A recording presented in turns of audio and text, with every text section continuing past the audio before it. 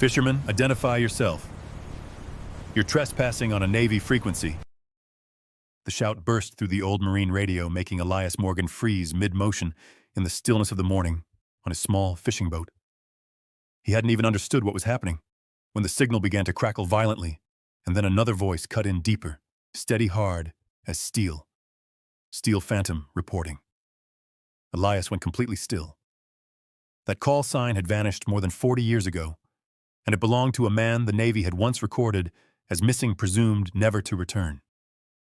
2 nautical miles away, the destroyer USS Hawthorne trembled with shock. Young sailors on deck stared wide-eyed while the communications room erupted with rapid-fire questions. Who is using that code? Why has it resurfaced? Where's the signal coming from? Is this some kind of impersonation? Tension coiled tighter with every passing second. In the middle of that uncertainty, Elias looked down at the old radio. He hesitated for a moment, then pressed the transmit button, his voice slow but unwavering. "This is Steel Phantom. Request permission to speak with your captain." Immediately, a command thundered back from the USS Hawthorne. Captain Halstead's voice, firm and unmistakable, tracked that signal. "Now." A technician reported that the source was nothing more than a lone fishing boat out at sea. Several young sailors burst into laughter, mocking the legendary call sign they believed had belonged to a man long dead. But their laughter faded when the captain lifted his binoculars and saw a solitary figure sitting silently on the gray water. He lowered the binoculars, his voice dropping into the tone of a decision that could not be undone. "Bring us to him." Slowly. And in that moment, the balance of power began to shift. If you believe true courage is not found in gunfire, but in the silence carried home by those who once walked through war, then subscribe to brave veteran stories and help us preserve the memory, the dignity, and the quiet honor of our silent heroes. Elias gently turned the radio dial and switched it off completely. The final sound faded like a dying breath. He placed his calloused hand on the rim of his old frayed cap, the one that had followed him through more than half his life, and held it firmly. The sea before him was flat, like glass, reflecting nothing but the silence that had become his way of life for decades. The small boat rocked lightly, and Elias remained motionless, as if every sound in the world no longer concerned him. The shadow of the USS Hawthorne slowly draped over the old boat. The heavy, steady hum of its engines followed, bringing with it a presence that could not be ignored. Elias still did not look up. He could feel that weight, the breath of a massive war machine hovering above him. Yet he did not flinch. One hand remained on his cap. The other loosely gripped his fishing rod, as though holding on to the last thread of peace he had left. The waves tapped against the hull in short, decisive beats. Elias's aged breaths slowed deep and heavy. The raised veins beneath his sun-darkened skin spoke for the things he had never said aloud. A sea breeze swept across his coarse jacket, carrying the smell of salt. The smell of time, the smell of the years he had spent trying to live simply enough to forget what could never truly be forgotten. A flash of memory shot through him like a spark. The harsh red lights of the combat room sonar pulses pounding against his ears, the voices of his shipmates shouting his name through the comms as everything descended into chaos. Elias shut his eyes briefly, not to remember, but to hold the memory back. He had learned to lock it away long ago. Yet this morning that lock seemed to slip. He lowered his head, saying nothing, offering no reaction. He didn't send an explanation into the air, nor did he defend himself against the doubt rushing toward him from the great ship above. Elias knew that every pair of eyes on that deck was directed at him now. But silence was the language he had chosen his entire life. A kind of dignity that needed neither display nor approval. From the deck, scattered whispers drifted down. "He's just an old fisherman." Another voice responded. He probably tuned into the wrong frequency. Then a few quiet laughs. Those words floated down to the water and dissolved into the rhythm of the waves, but Elias heard every one of them. He didn't waver. It wasn't the first time someone had looked at him with doubt, and it certainly wouldn't be the last. For several minutes, the air tightened like a drawn string, not because of insult, but because of a silent confrontation. On one side, a modern warship filled with hundreds of young sailors. On the other, a solitary old man sitting in a fishing boat, with no shield, no armor, no insignia. Only a voice that had just brushed against a past the Navy thought it had buried. Both sides waited, neither willing to reveal the next move. Elias brushed a strand of silver hair from his forehead.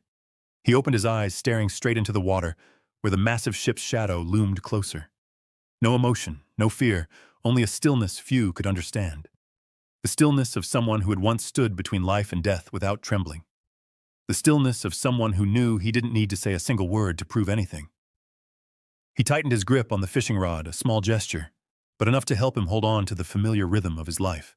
Even as the past echoed down from the deck above, he clung to the present, the sea, the boat, and the fragile peace he had lived with for so many years.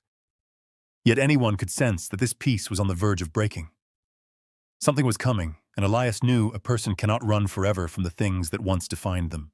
And in that very moment of silence, the perfect space opened for something worse to arrive, the opening beat of the public humiliation beginning to form on the deck above. The loudspeaker from the USS Hawthorne crashed down onto the surface of the sea like a blow struck directly at Elias's pride. "State your purpose. Stop impersonating Navy personnel." The words were sharp, heavy with suspicion, leaving no space for even the slightest respect toward an elderly man. Elias stayed still, his hand resting on his old cap, hearing every word as if he were being put on trial. He knew these doubts would come, but he hadn't expected them to arrive so quickly or with such weight. On the deck, a group of young sailors burst into loud laughter, the sound spreading like an unchecked wave. Steel Phantom.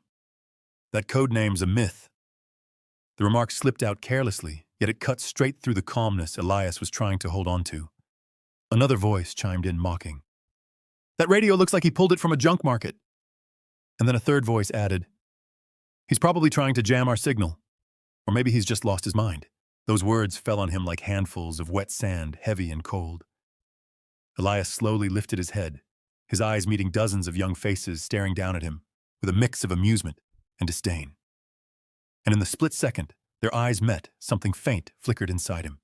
Not because he felt insulted, but because they had no idea what they were standing in front of. They didn't know what he carried. And they had no idea how many lives the name Steel Phantom had saved on a night that history was never allowed to write down. A shard of memory suddenly slashed through his mind, quick and sharp, like a blade turning over the blinding red lights of the combat room. Sonar pulses hammering non-stop against his ears, the green glow of the radar flashing frantically. His shipmates shouting as the hostile signal charged straight toward the formation. "Enemy sub, Elias, hold your position." Shouts overlapped with his racing heartbeat and the rumble of machinery. Then a distant blast. Someone beside him collapsing. A streak of blood hitting his hand. Chaos erupting everywhere, tension stretched to the breaking point. Elias blinked. The memory sank back down. The sea returned to its calm, unbroken stillness. But the laughter from the deck grew louder, sharper, as if trying to tear apart the silence he was holding on to. A young sailor near the railing pointed down and shouted for everyone to hear, "Old man, you're no Steel Phantom. That man's been dead for decades." That sentence wasn't just mockery. It was erasure. Erasing his existence. Erasing the operation he had faced alone. Erasing the brothers who had fallen beside him in the dark. More sailors gathered on the deck. The thudding of boots, the murmurs mixing with laughter. They looked at him as if he were some kind of joke drifting on the water. An old man weathered by sea winds sitting in a small, worn boat, daring to claim a legendary call sign they believed existed only in stories. They didn't know that every sunburned mark on his skin, every crease on his face had been carved by years they could not imagine. Elias heard every word, but he didn't respond. He lowered his head again, not in surrender, but because he refused to drag a dignity forged in war into an argument with youthful mockery. His silence became a quiet wall, and that very silence made a few of them hesitate, though they didn't understand why. But the humiliation didn't stop. Another young sailor raised his voice louder and more taunting. "Hey, old man, if you're really Steel Phantom, why don't you come up here and prove it? Or are you scared?" The group roared with laughter, the sound echoing over the water and blending with the rumbling engines. Elias breathed slowly, looking down at his hands. Hands that had once held the fate of an entire fleet. Hands that were now being dismissed by a crowd of men who didn't yet know what it meant to face real consequences. Not because he was wrong, but because they had never learned what right truly looked like. He lifted his eyes once more, not to respond, but to wait. Because he knew some truths don't need him to speak, and some moments demand that history step forward and correct what has been twisted by the laughter of those who don't yet understand. And just as the laughter reached its peak, an unusual signal from the bow of the destroyer suddenly made the entire wave of mockery freeze in place, clearing the path for an escalation none of them were prepared for. The rope ladder was lowered, swaying with each roll of the waves. Elias climbed each rung slowly but steadily. When he stepped onto the deck of the USS Hawthorne, every pair of eyes fixed on him was tense and filled with doubt. The young sailors who had mocked him moments earlier now stood several steps back, none willing to be the first to approach. They hadn't expected this man to be important in any way, yet they couldn't look away from him. As Elias moved, his jacket shifted slightly, revealing the corner of an old patch on his left chest. A faded, frayed piece of fabric, but the emblem on it was sharp as a cut, the insignia of Special Anti-Submarine Unit 12. A symbol most sailors today had never seen, except for those who grew up hearing whispered stories about operations that were never written down. An older sailor standing near the edge of the deck stumbled back a step, lowering his voice so only the man beside him could hear Cap. "Look at that patch." The words weren't loud, but they were enough to extinguish the last remnants of laughter. A strange stillness spread through the crowd, as if everyone suddenly realized they had underestimated something they shouldn't have. Captain Halstead stepped forward. His posture was crisp, each step heavier as he approached the man standing in the center of the deck. His eyes initially held only caution, but the moment he saw the patch clearly, his expression shifted. It was a symbol he had encountered only in top-secret files, records people read in silence and closed immediately afterward. The atmosphere on the deck changed so fast that some sailors didn't even register the shift. The mockery evaporated, replaced by a long, stretching silence, as though everyone were waiting for storm to arrive. Elias stood upright, eyes neither avoiding nor challenging anyone. His calmness unsettled the younger sailors even more. They expected anger, or at least a defensive explanation, but Elias offered neither. Halstead stopped in front of him, lowering his voice, no longer speaking like a man issuing orders, but like someone choosing every word with care. "Sir, what's your full name?" Elias answered immediately without hesitation, as though he had been preparing for this question his entire life. "Commander Elias Morgan. Retired. Serial 91527B. The numbers rang out clearly, carrying the weight of a past no one on that deck was prepared to confront. Lieutenant Ruiz quickly pulled up the database, his fingers sliding rapidly across the screen. No one spoke while they waited, but everyone felt the atmosphere tightening around them. A few young sailors instinctively straightened their posture, standing at attention, without even realizing it. Suddenly, Ruiz froze, gripping the edge of the device. His lips parted, but it took several seconds before sound emerged. "Captain, this file says status lost, presumed dead." A short sentence, but it swept across the deck like a cold gust. The sailors who had dismissed the old fisherman now stared at him with different eyes, the eyes of people realizing they were standing before a piece of history they had never been taught. Doubt dissolved, replaced by confusion, and a growing mix of fear and reverence. No one dared to laugh now. No one dared to finish the jokes they had started. They all stood there, staring at a man whose file claimed he had been gone for 40 years, yet he was standing before them in flesh and blood, with an old patch powerful enough to overturn everything they thought they knew. Elias remained silent, but that silence held more weight than any rebuttal he could have spoken. It was the silence of someone who had long understood the truth that some things do not need to be defended. Some things only need to exist, and that is enough. The entire deck waited for Captain Halstead's next words, and in that brief moment, it felt as though history was suspended between two ends of a taut line, on one side youthful mockery, on the other forgotten honor. And as Halstead drew in a slow breath to speak, the recognition Elias had never received in his lifetime began forming in that very instant, opening the path for the tribute that could no longer be denied.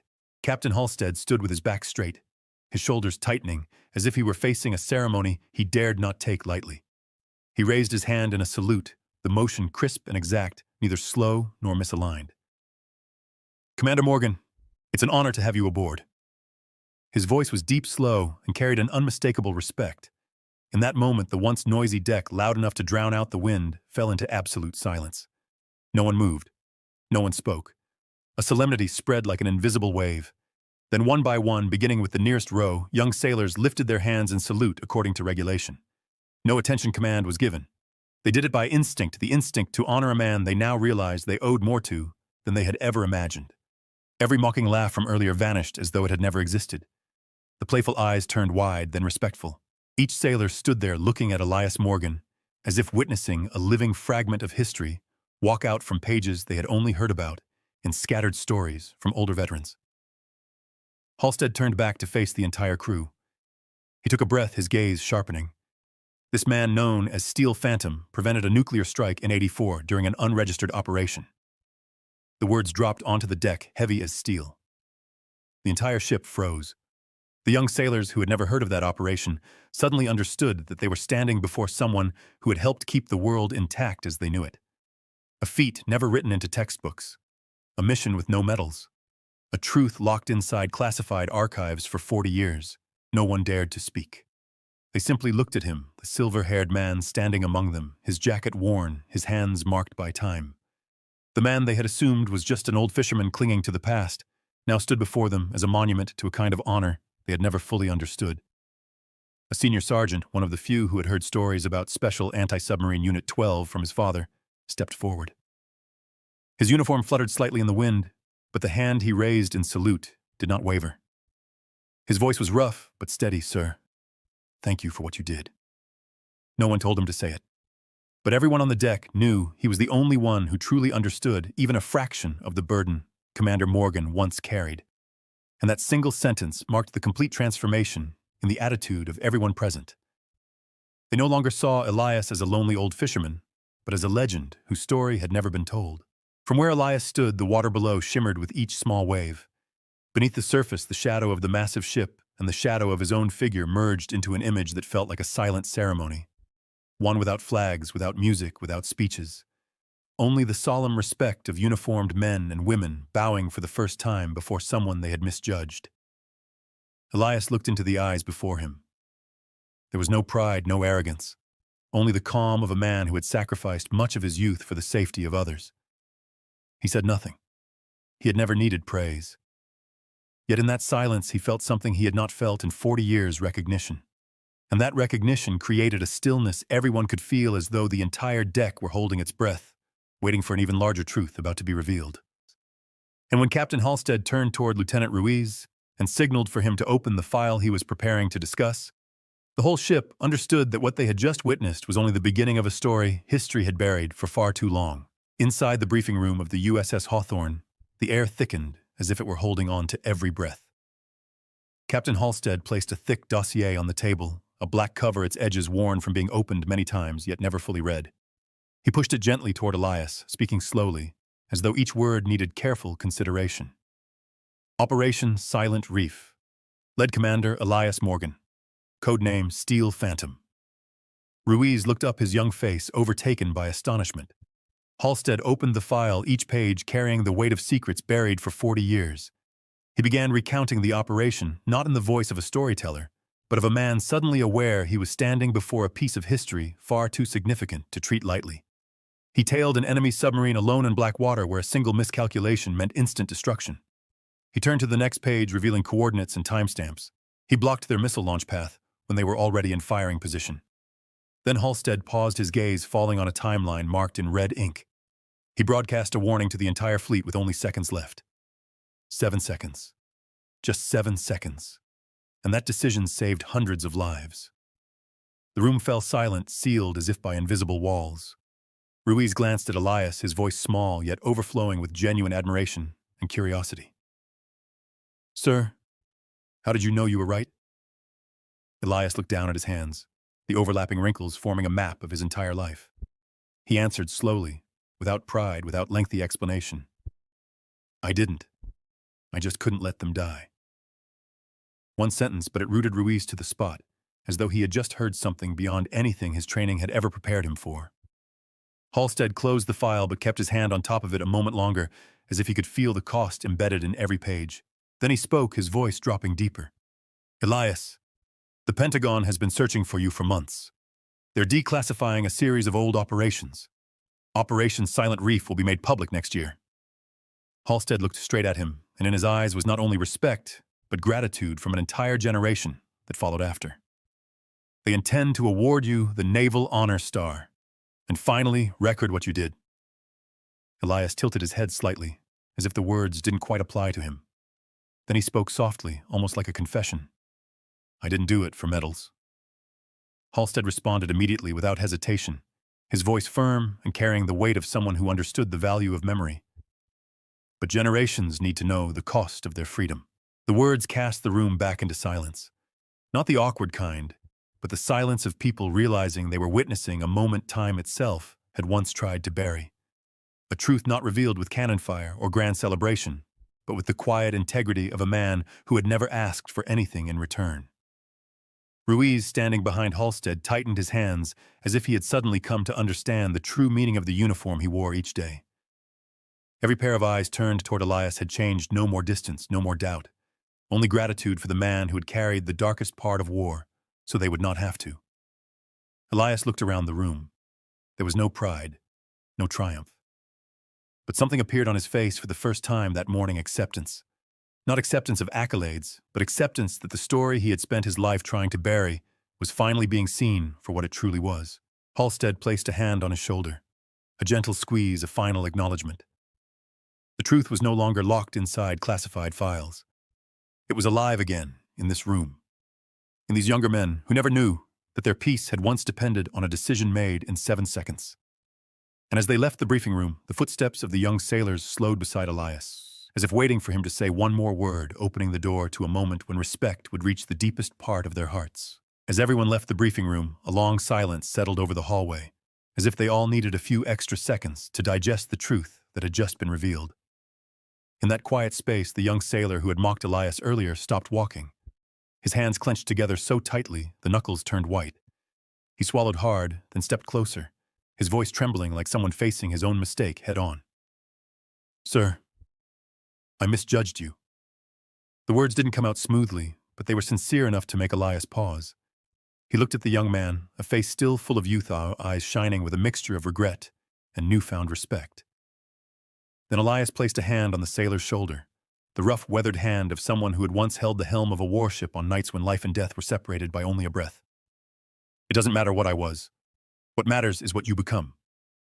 The young sailor bowed deeply. His entire body seemed to lighten, as though something heavy he couldn't name had suddenly been lifted. Elias stood still for a moment, allowing his words to find their way into the hearts of those watching.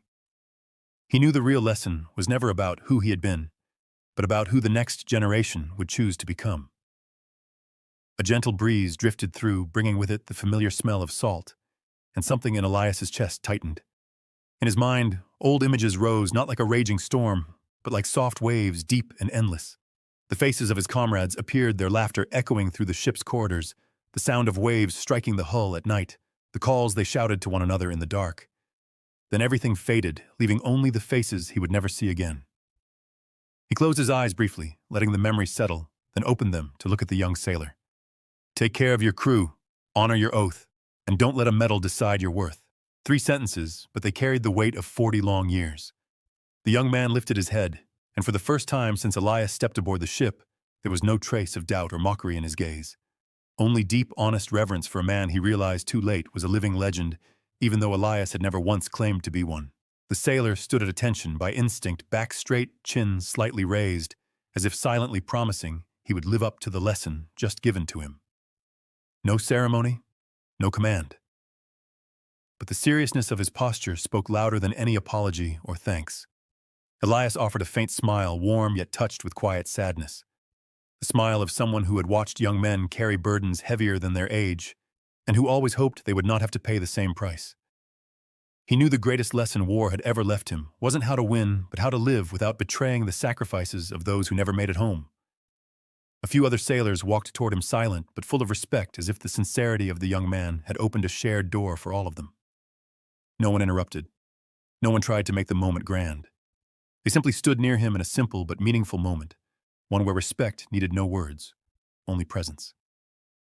Elias said nothing more. He allowed silence to do its work, just as he had believed his entire life that the right silence could touch a heart deeper than any long explanation. And as he turned to walk away, something on the ship had changed, not in its steel or machinery, but in the people who would now carry his story forward. And as Elias left the hallway, his footsteps led everyone toward the moment when the legacy of a lifetime of service would reveal itself more clearly than ever before, opening the path to the final chapter, where respect would become undeniable. A week after Elias left the USS Hawthorne, the U.S. Navy issued a notice that shook the entire military system. The announcement, called the Steel Phantom Initiative, was sent to every base, a program to search for, recognize, and honor veterans who had taken part in classified operations history had never been allowed to name. They wanted to find all those who had walked silently through war and then disappeared quietly afterward, just as Elias Morgan once had. And in that announcement, The opening section told his story, the story of the first man who made the Navy realize they had let a part of their own memory slip off the page. At the same time, aboard the USS Hawthorne, a room received a new nameplate. There was no ceremony, just a bright metal plaque mounted on the wall with the inscription, Steel Phantom Room, in honor of CMDR Elias Morgan. The crew stood around it silent, but full of respect. They knew they were witnessing the moment when long-forgotten stories were returning to their rightful place, not through gunfire, but through the gratitude of those who wore the same uniform. Another week passed. On a clear morning at the small pier where Elias kept his boat, Lieutenant Ruiz appeared. He walked down the wooden dock holding an envelope sealed with the official Navy crest. Elias was wiping grease from his hands when he looked up and saw Ruiz approaching. The lieutenant extended the envelope, his voice steady but full of reverence. "Sir, this is your invitation to the Naval Honor Star ceremony."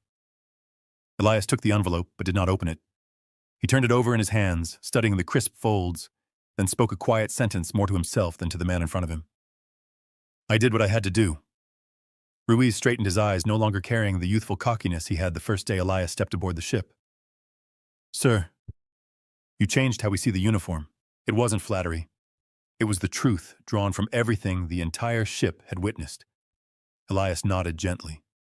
He knew the remark was not meant for him alone, but for those who would one day wear the uniform, the ones who needed to understand that the value of it lay not in medals on the chest, but in the responsibility on the shoulders. The next morning, Elias returned to the sea as if nothing had ever changed in his life. The sun had just risen, casting golden light across the waves. His boat drifted quietly, carrying only the sound of water and the soft creak of the anchor rope in the wind. His face was peaceful, no longer weighed down, as it had been the morning that radio call shattered his long silence. It was as though he had finally set down a burden no one had known he carried for 40 years. The echo of his story spread gradually among the young sailors aboard the Hawthorne. They told one another about him not to boast that they had met Steel Phantom, but to remind themselves that sometimes the greatest heroes never ask to be seen or credited. They spoke of him in low, steady voices, as though afraid that speaking too loudly might disturb the quiet life he had lived for decades. The young sailors began to understand that they would remember Elias not for the medal he was about to receive, but for the stillness of a man who had done the right thing at the moment history needed him most. And in the calm of that morning, Elias closed his eyes for a brief moment, as if sending a greeting to old comrades, to those who would never again have the chance to see the sea. His legacy did not lie in the words written in any file, but in the hearts of those who learned from him. That true courage sometimes leaves no trace, yet it can change an entire generation. Brave veteran stories. We remember the quiet heroes.